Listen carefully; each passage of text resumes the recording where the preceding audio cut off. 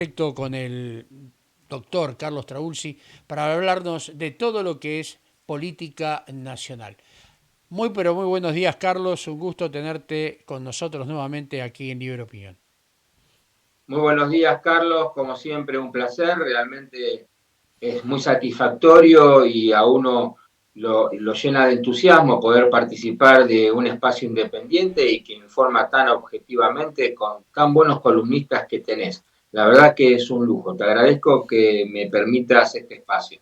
No, por favor, todo lo contrario. Enriqueces el espacio y eso es lo bueno.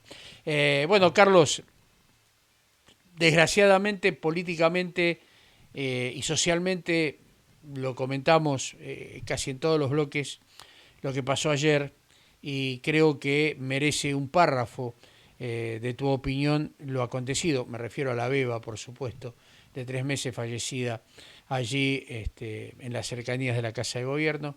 Y bueno, ¿y qué esperamos? ¿Qué es lo que vos pensás? ¿Qué es lo que palpás en el ámbito político?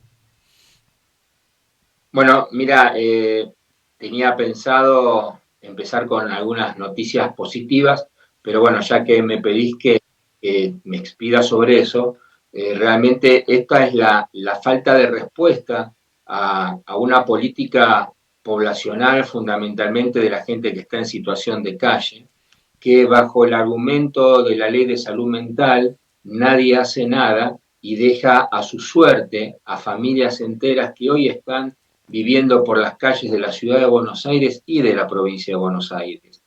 El hecho del fallecimiento de esta criatura que nació en la calle y murió en la calle nos da la pauta del abandono y de la indiferencia de nuestras autoridades, más allá de los colores políticos, en relación a estas situaciones de vulnerabilidad.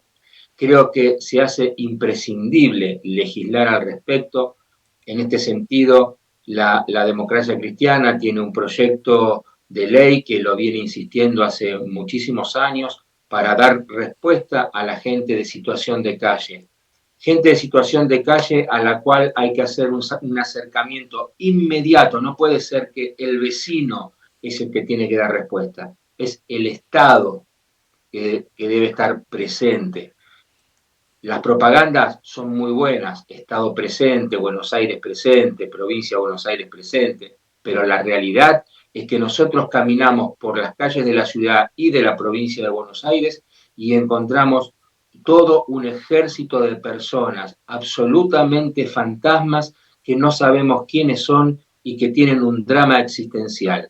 Y no hay un acercamiento del Estado. Por eso hay que legislar inmediatamente al respecto para respetar la dignidad de toda persona humana.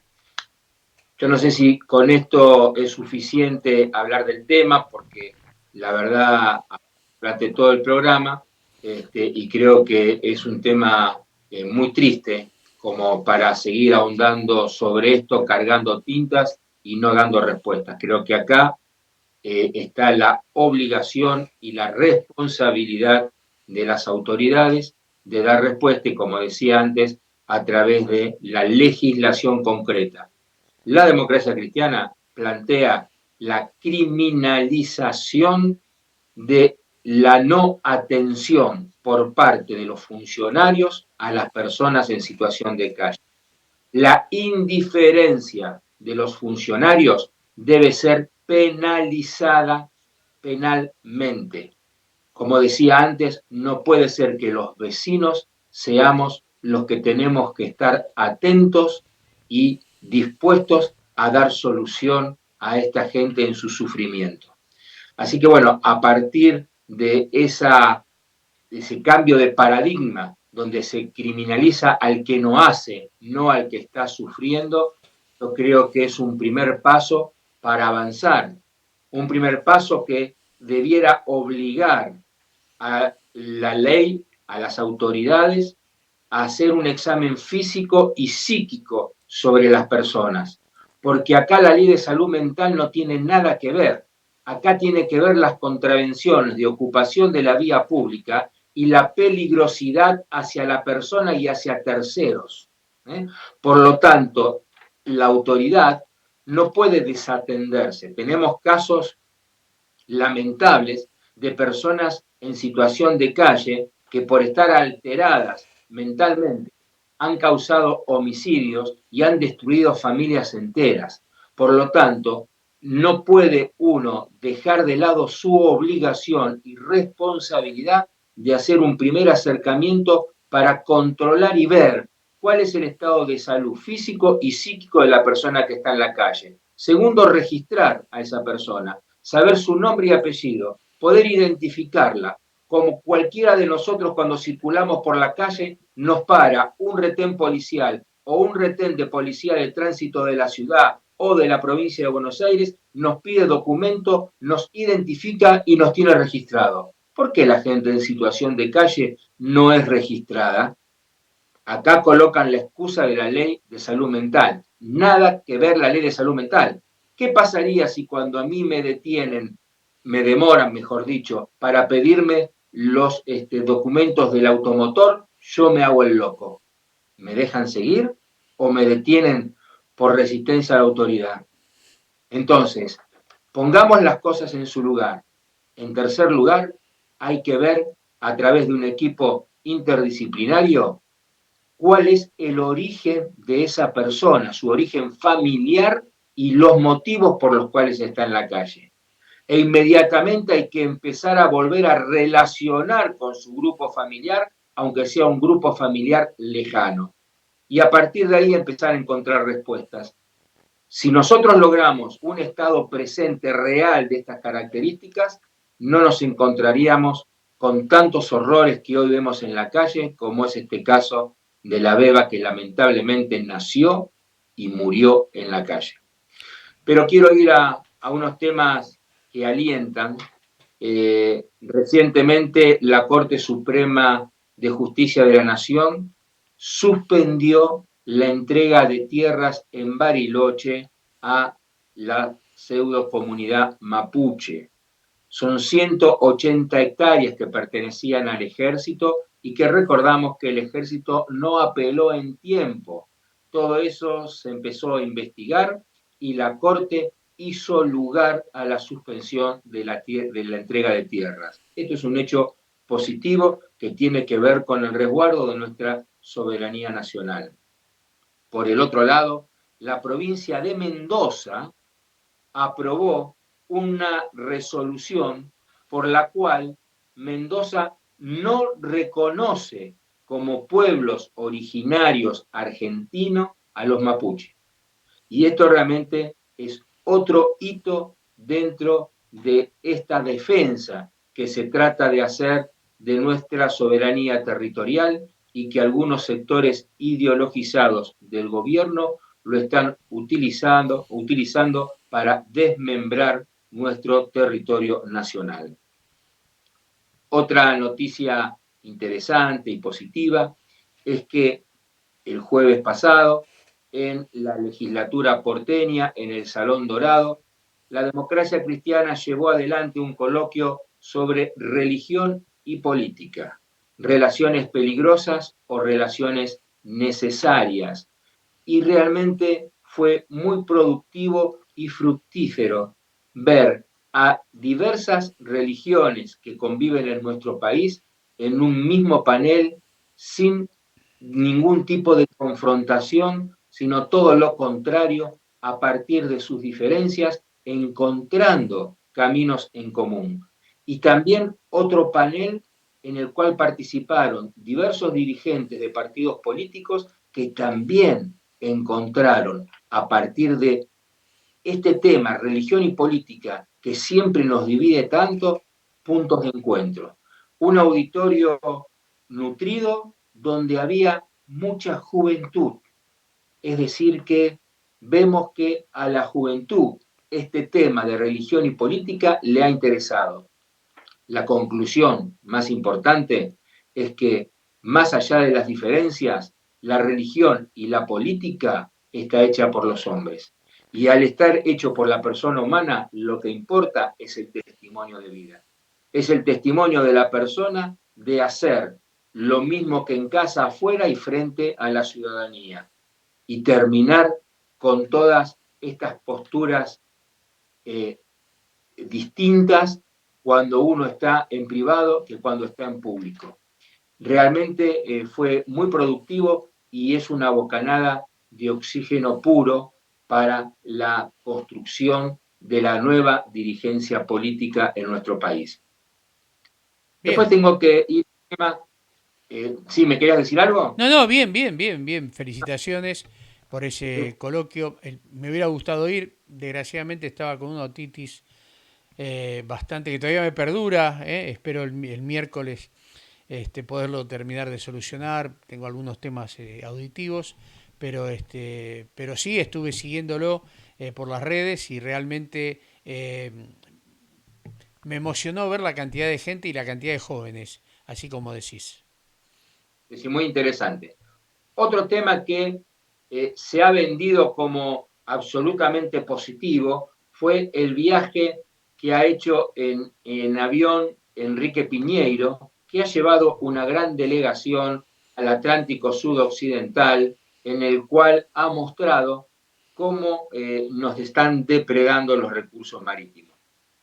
Realmente lo importante que tenemos que rescatar de esto es que cada día que pasa se va haciendo más notable y más popular el tema de nuestro mar, algo que nosotros hace años venimos reclamando. Así que desde este punto de vista es muy importante. Ahora, ¿qué es lo negativo? Lo negativo es que se ha falseado cierta información, porque se ha mostrado cómo pescan dentro de las 200 millas marinas y en realidad esos que pescaban dentro de las áreas de las 200 millas marinas son buques argentinos o con permisos argentinos. Acá la depredación se da en la milla 201, fuera de la zona económica exclusiva argentina. ¿Pero por qué depredación? Porque pescan los cardúmenes que nacen y se reproducen en territorio argentino. Y cuando pasan la milla 200 y van a la milla 201, no hay límites en la pesca generando depredación. No permiten que esos cardúmenes regresen para seguir reproduciéndose. Entonces, esa depredación que se produce, que no está controlada, que es una pesca ilegal, a pesar de que en alta mar uno puede pescar, la ilegalidad está dada por la depredación, no por la pesca. En esto se ha desinformado a la ciudadanía. Pero hay algo mucho más grave todavía, que en ese avión fueron representantes del pueblo argentino. Fueron por lo menos 2 diputados nacionales, la diputada Zubich y el diputado Ferraro de la coalición cívica. ¿Y qué nos encontramos? Que en ese mismo vuelo estaba sentada la embajadora británica Ayes y el embajador de Japón. Es decir, 2 de los 5 protagonistas activos de la depredación de nuestro Atlántico sudoccidental. Y con el agravante que los británicos están usurpando nuestras Malvinas y ampliando su interés de usurpación por más de 1.800.000 kilómetros cuadrados sobre nuestra plataforma continental y nuestro mar. ¿Cómo puede ser que haya permitido representantes del pueblo que 2 embajadores que están en conflicto con la Argentina por temas de soberanía y por temas de depredación hayan compartido amablemente la visita desde el aire a nuestro territorio soberano? Y lo más grave aún es que después salen estos diputados a hacer campaña, por lo tanto incorporaron lo político por sobre lo importante y necesario. Salvemos nuestro mar argentino y proponen que el Congreso dicte 3 leyes. Una ley de crear el Observatorio de la Pesca Ilegal en el Congreso, es decir, piripipí para la tribuna. Segunda ley, la trazabilidad de la pesca. Esto es algo que puede ser muy importante. Saber dónde se pesca, quién lo pesca y a dónde va esa pesca, quién lo compra y quién lo distribuye. La trazabilidad de la pesca, aprobado. Y el tercer tema es ratificar los convenios internacionales de no subvención de la pesca. El hecho de no subvencionar, un hecho que está prohibido internacionalmente, la Argentina debiera ratificarlo, pero ¿por qué no lo ratifica? Y acá viene el acompañamiento en el avión de los británicos. Porque el ratificar el convenio internacional de no subvención significa sentarse en paridad con el Reino Unido como país ribereño en Malvinas, es reconocerle soberanía y ocupación de Malvinas. Entonces la Argentina no puede firmar ningún convenio donde el Reino Unido esté suscribiendo como ocupador ilegal de Malvinas. Entonces la Argentina, en ese aspecto, tiene que cuidarse mucho. Sin embargo, estos diputados salen a alentar que firmemos rápidamente el proyecto de ley de ratificación de estos convenios internacionales. Así que estos son temas preocupantes. Por suerte, la ciudadanía empieza a prestar atención a las cuestiones del mar. Esto es para tenerlo como positivo. Carlos, Otro de los temas... perdón que te Sí, interrumpa porque viene a sí. colación a lo que vos decís. Esta pesca indiscriminada está produciendo un problema ecológico importantísimo en Punta Tombo. ¿Por qué? Porque estos barcos que vienen a pescar eh, vienen a buscar un producto caro, un producto de alta rentabilidad. Y en sus redes levantan lo que venga. Por supuesto que esas redes levantan peces que no son los que ellos quieren, por supuesto lo descartan, pero no siguen vivos porque esos peces están a una profundidad que cuando son elevadas las redes mueren por la descompresión alta que ellos tienen porque están a 60, 70 metros y son obviamente volcados como desperdicio al mar. Esto ha producido que los pelícanos, por ejemplo, y los otros componentes de aves que habitan Punta Tombo y que se alimentan del mar, han crecido por el sobrealimento que tienen de una manera muy pero muy grande sobre los pingüinos, sobre Punta Tombo, vos sabés, sabemos los argentinos, que es una de las colonias más grandes de pingüinos, y atenta contra la población de pingüinos. O sea que esto también hay que tener en cuenta la alteración del sistema de equilibrio en la fauna con relación a esta depredación que se produce en nuestro territorio. Hay varios proyectos de ley en el Congreso que no se tratan desde hace años, que tienen que ver con la pesca de descarte. Esta pesca de descarte en la Argentina se estima en unas 500.000 toneladas al año. Con esas 500.000 toneladas al año, podríamos darle de comer a 3 millones de personas los 365 días del año. En el mundo se estima que la pesca de descarte asciende a las 10 millones de toneladas. Acá es un tema muy importante porque la pesca de descarte, a través de una legislación, tranquilamente puede solucionarse porque son protocolos en cuanto al tamaño de los agujeros de las redes y de las formas de pesca. Es decir, que si uno pesca determinadas especies de determinados tamaños, las redes, al tener el tamaño que requiere para eso, no pesca cualquier cosa. Entonces, hay un tema donde en nuestro Congreso de la Nación todavía no da respuesta. Y acá me meto al tema que iba a hablar de que el Congreso no está a la altura de las circunstancias de nuestro pueblo. Fíjense que el miércoles hubo el 29, una reunión informativa, la que realiza el ministro de Gabinete, en este caso el ministro Rossi, y realmente fue al Congreso a hablar de qué pasaba en la Argentina hace 15 años atrás, hace 10 años atrás, el Apero Macri, pero no dio respuesta a ninguno de los temas, ni de la inflación, ni de la inseguridad, ni de los graves problemas que estamos padeciendo los argentinos. y al día siguiente el Senado de la Nación vio frustradas sus sesiones porque hubo un escándalo y la oposición terminó retirándose, con lo cual quedó sin quórum el Senado. Y acá se enfrentaron dos posturas. La postura del oficialismo, que quería llevar adelante una sesión con homenajes, con discusión de algunas leyes que a ellos exclusivamente le interesaban, y dejando de lado otros temas que eran imprescindibles. ¿Qué fue lo que hizo la oposición? Tanto Juntos para el Cambio como el Bloque Nuevo Federal, que está relacionado con Schiaretti.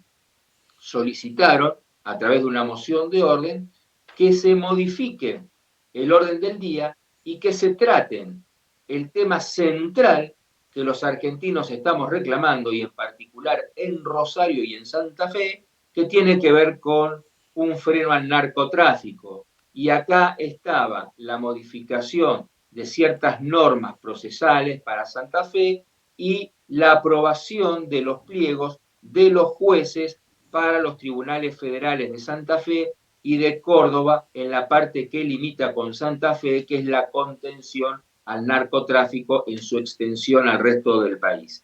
Lamentablemente, esto no fue posible y la sesión se frustró. Tampoco se pudo tratar en esa sesión, que se pedía anticipar su tratamiento, la ley o el proyecto de ley conocido como la ley Lucio, que tiene que ver con la capacitación para enfrentar las cuestiones de los niños, niñas y adolescentes. Así que realmente nos encontramos con un Congreso de la Nación que no está a la altura de las circunstancias. Por el otro lado, tenemos una pésima noticia: la fiesta y la mala praxis del kirchnerismo, encabezado en este caso por Cristina Fernández de Kirchner y por Axel Kicillof, que parecía que es su estrella más importante en este momento. Gracias a la mala praxis de ellos, hemos obtenido una sentencia condenatoria en los Estados Unidos por la expropiación que en el año 2012 la Argentina hizo a la empresa Repsol YPF. Esa expropiación, que se pagó sobreprecio, porque se pagaron $5.000 millones cuando era una empresa que no superaba los $2.000 millones, acá tengo que decir que prácticamente el Congreso votó con una amplia mayoría. Hubo solamente unos 32 votos, si mal no recuerdo, negativos, que se opusieron, pero la mayoría votaron por la expropiación. Hoy nos está generando esta sentencia condenatoria que abre la posibilidad que a la Argentina le reclamen poco más, escuchá bien, poco más de $20.000 millones. Es decir, que no solamente hemos pagado mal con sobreprecio, sino que hoy estamos ante la posibilidad que se nos reclame más de $20.000 millones. No tenemos dólares, estamos asfixiados, y a pesar de todo esto nos viene esta sentencia de regalo gracias a la mala praxis de Cristina y de Axel Kicillof. Y nombrándola a Cristina, no puedo dejar de hablar del proceso electoral que ya está en marcha en la República Argentina para el cambio de presidencia. Como yo les decía, y lamentablemente no me equivoqué, la pelea entre Cristina y Alberto Fernández significaba la construcción de dos alternativas, el bueno y el malo, dentro del oficialismo, para poder llegar al 2023 con ciertas posibilidades de ganar las elecciones o de perder con la menos diferencia posible al que salga electo.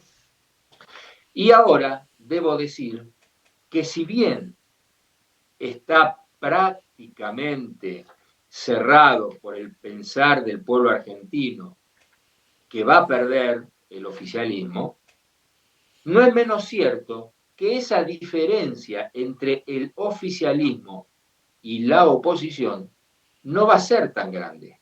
y no va a ser tan grande porque tenemos un caballo de Troya dentro del proceso electoral argentino. Y ese caballo de Troya se llama Javier Milei.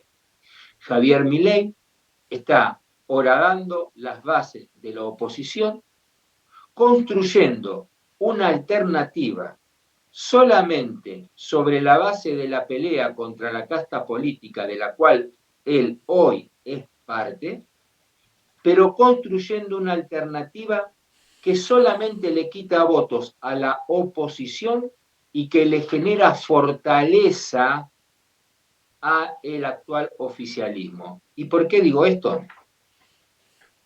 El señor Milei no tiene estructura nacional y está armando una estructura con peronistas kirchneristas que se disfrazan con piel de cordero, con un montón de gente que son los que quedaron desplazados de las distintas alternativas políticas de otros sectores del país, y aquellas personas que por su ambición personal quieren ocupar un lugar.